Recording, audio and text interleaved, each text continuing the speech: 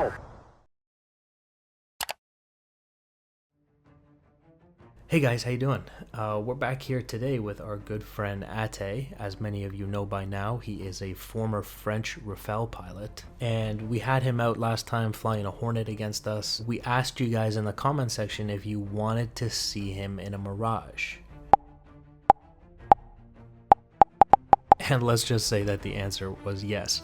So today we've gone ahead and put Ate into a Mirage 2000. Now if you're wondering why a Mirage 2000, not a Rafale, the reason is that we don't have a Rafale in DCS, and so it's got to be a Mirage due to the delta wing characteristics of the Mirage and the Rafale. It should be similar to what he's used to, and he'll be able to do most of those things that he's used to doing in real life in terms of maneuvering and basically the nose authority and maneuvering characteristics that the delta wings will afford him. And at the end of the video, guys, once we do the dogfights, I'm going to sit down with Ate and ask him a couple more questions. So if you're interested in that, stick around. Alright guys, let's get started with the video. Alright guys, here we go. I'm in an Israeli Mirage and Ate is in a French Mirage, and not gonna lie to you, I think I made a pretty big mistake putting him into a Mirage and giving him that delta wing that he's used to. He's already so deadly, and now he's going to be extra deadly. And so after this in the Mirage, we're going to go and try to do this in the Hornet, and after that we're going to talk to Ate a little bit, a little mini interview. And if you guys want to see me fight him in a Viper, let me know in the comment section below and we'll see if we can make that happen. So here we've gone into the vertical and we're coming around. Looks like we're pretty neutral through this turn, so it might end up in a head-on shot as we come across. Yep, head on. Oh.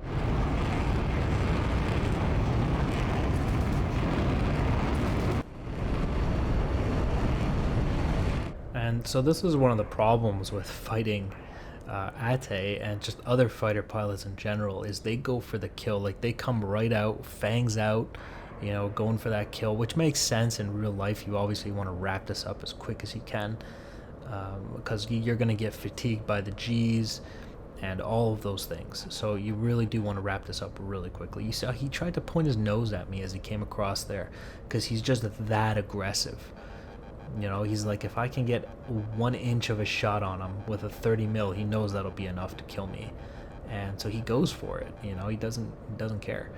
And so here, he's actually forced a one circle fight, and I'm a little low on speed, and I would really love to dump my nose in order to try to make this work a little better, but that's actually counterintuitive, because if I dump my nose right now, I'm going to give him all of the angles, and he's going to be right on my 6. Even though he's slowly working his way there right now, I'm somewhat keeping it neutral. I have a lot of losing cues, if I'm being honest.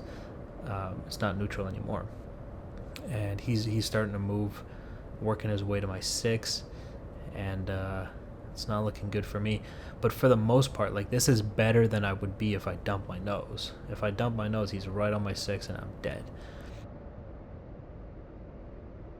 So he's going to be a lot more comfortable in the Mirage. It's going to be a little bit more similar to his Rafale that he's used to in real life. And I'm not going to lie, I'm not seeing a lot of advantages that I can use here.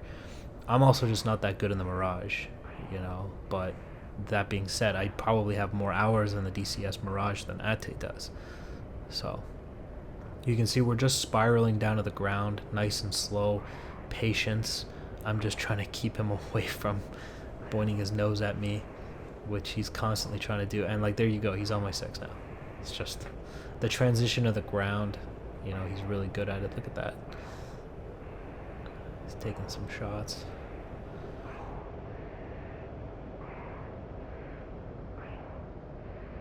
Now I'm just going to try to change up the geometry a little bit here. We'll try the vertical and see how Ate responds to me going to the vertical here.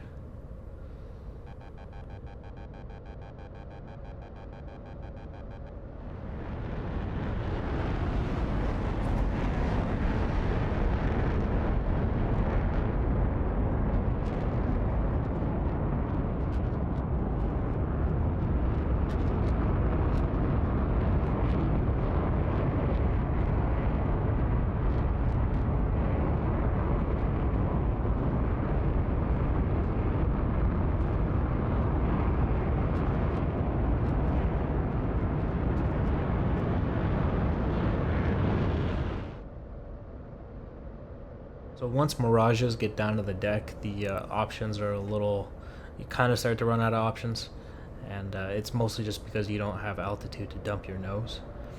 And so I'm just trying to, yeah, I mean, we can try maybe a rate fight, but he's sitting inside my turn circle, so you can see he's going to be able to get those rounds off.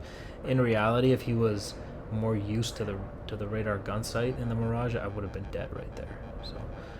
So he's trying to leg outside, and so I'm gonna climb, take it to the vertical, and see if I can force him to do something that might give me the ability to put this at least neutral. And so there he goes, right over the top, almost pointed his nose at me there actually, and he almost hits the ground, so he's got to kind of be careful with that, and that's forced him to elongate his circle, which is going to give me some angles, and I can turn in and we can do some head-on passes here. I think this is my only chance against A-18C, is to take a 50-50 shot as we go head-on. I missed him there, and it looks like we're going for a second one. We're playing chicken with dual 30mm cannons. That's what it looks like. He's coming back around and I'm going around. We're both committed here. Head-on shots. Oh, hit him. Hey! And he hit me. Great. Wonderful.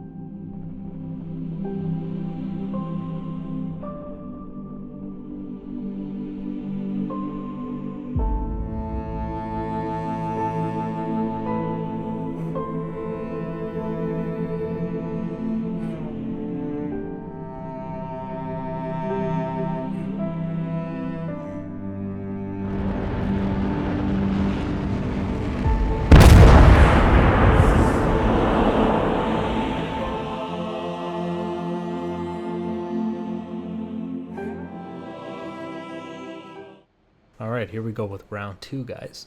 And so we've seen on this channel a lot of Hornet versus Mirage stuff. And usually when I'm in the Hornet, all I do is rate fight the Mirage, and you know, I sit above it in a higher altitude. It can't point its nose at me. When it comes to A-18C, he's going to show us really how a Delta Wing should be flown. Oftentimes the Mirage looks like a weaker aircraft against the Hornet, but that may be because it's not being flown correctly, which I'm sure A-18C will show us how to do it here. One of the major advantages of the Delta Wing is the ability to just switch up the fight whenever you want. You know, he can just force a one circle whenever he feels like it.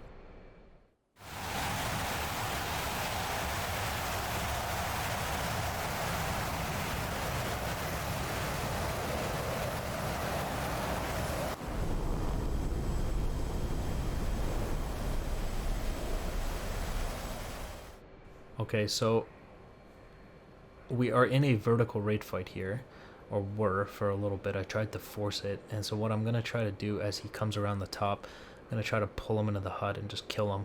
Use the Hornet's high AOA. And he sees that coming and he eases off the stick and just goes underneath. So that's very bad because now I'm slow. He recognizes my my slow speed, my low energy state, and he forces a one circle fight. You can see him coming around here. Very bad because he's going to point his nose at me right here.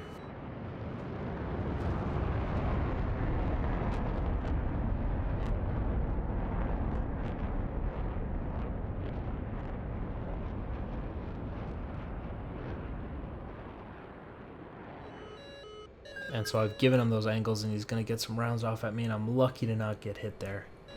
Yeah, there we go. Now I'm hit. Oh no. Oh no. What is that? That looked very important. It's like a wingtip or something. Okay, so now he's on my tail. I'm just panicking here at this point. Completely desperate. and I'm just going to try to drag him down to the deck. I made a huge mistake there when I tried to pull him into the HUD and kill him, and he completely capitalized on it. Did not hesitate for a second to make me pay for that mistake. And so I just went completely nose down, right down to the deck, and I'm just trying to make sure he can't get a clean shot here, but I'm completely defensive. And he's legging outside, he's trying to reposition, and I try to rate fight him here.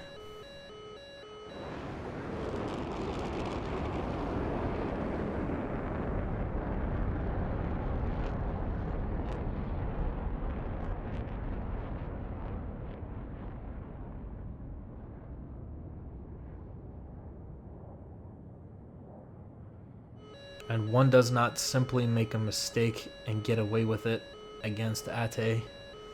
He makes you pay for it. A hard lesson learned here. I'm gonna die for sure.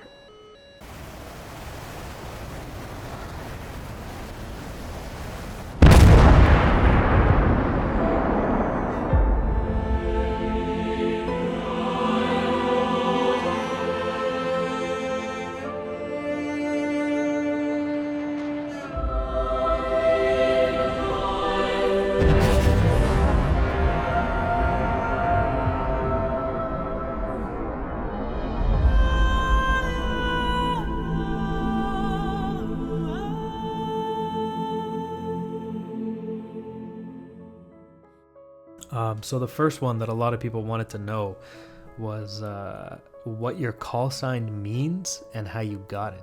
Sure. So to understand my call sign, you have to understand French because it's a play on word. I received that call sign arriving as a young pilot in training in France on Super Étendard, so I was already winged, and it's Ate. You pronounce it Ate, and my last name being Chouet. If you say it in French, it's Ate Chouet. Ate Chouet means bless you. When I was in the US, I was given the call sign Chewy because Chouet, the way was pronounced in the US, was Chewy, so Chewbacca, Chewy. So that was pretty funny. But it was maybe too cool to remain when I arrived in France. So I decided to go with Ate. But in French, it's good. There's a radio. It's pretty cool. So I can't complain. But we don't have call sign as cool as Maverick and nobody wants Goose anyway. So I'm happy with Ate. So they just shortened it down to Ate, yeah. Yeah, so it's Ate on the radio. Every time I would make my radio announcement to land on the boat would be with Ate and flight Ate, and so yeah, that's it. And sometimes guys arrive in the fleet, they already have their nickname, and sometimes it gets changed down the road. For example, one guy call sign is Jeddah, and it's for a jettison dumbass. Because once yourself, but it wasn't initially Jedi's call sign. But yeah, nothing to do with the Jedi's. But just an example. So how did he get that nickname? What did he do? I'll let your followers try to figure it out. But there is something with the jettison. It's a pretty cool one. And if you want to go on the let's say on the dark side of the force, I don't know if you'll cut that one, but we once brainstorm a call sign for a guy that got sick in the plane, which actually is not funny. I never know if you thought about it, but imagine some stomach pain in the aircraft, stuck in the aircraft in the jet for hours, and one of the instructors said, "Hey, we should rename that guy Pimp." You know, like a pimp. Yeah, P-I-M-P. Yeah. But yeah, for poop in my pants. But the commanding officer said, "No, guys, you guys are going way too far with that story." So yeah. That's hilarious. So yeah, don't fly when you're sick. Don't fly when you're sick or when you eat too much Mexican food and you're not used to it.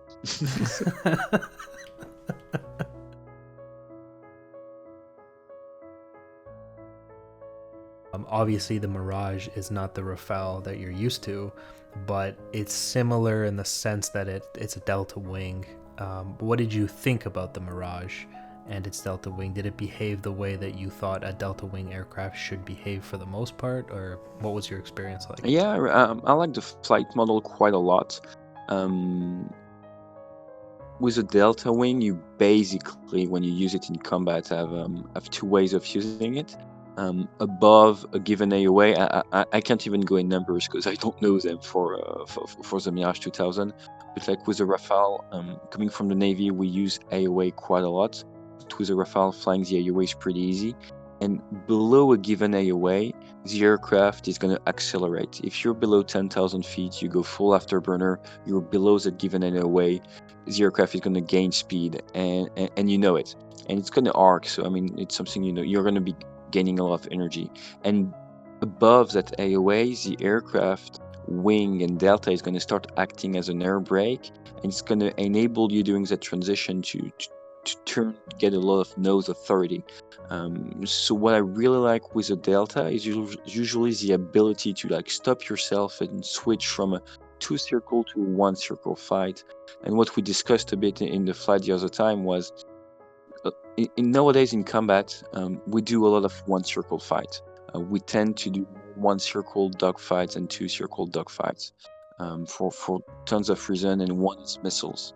Especially when you don't have helmet mounted sight, you want to stick close to the enemy because you don't want to get inside the range weapon of a zone of his 9x, for example.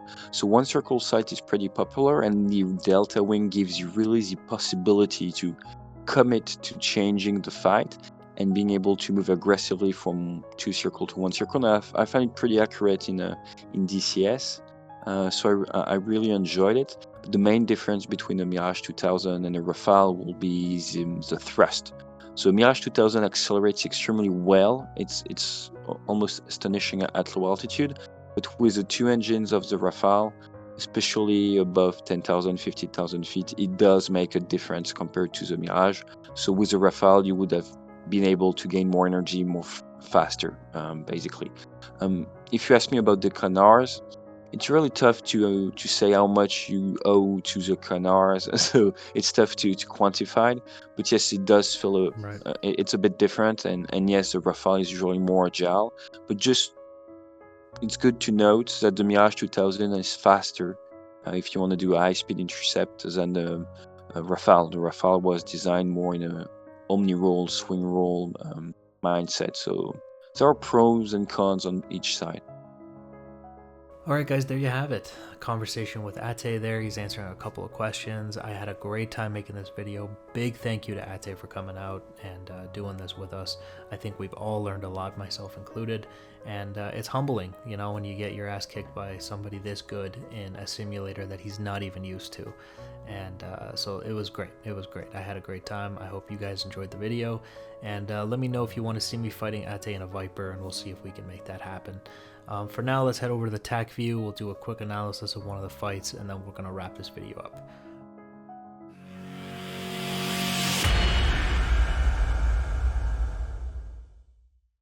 Alright guys, so quick little TAC view review here. I am the red Mirage, Ate is the blue Mirage, and so there's a couple things he does here that I wanted to show off a little bit, really interesting. And so here we go, we got the first thing. This is the part where we get the head-on pass with each other. And luckily nobody dies, just because it would have really wrapped up the fight quickly. And so we get through it, and then here we look at this. Watch what he does here.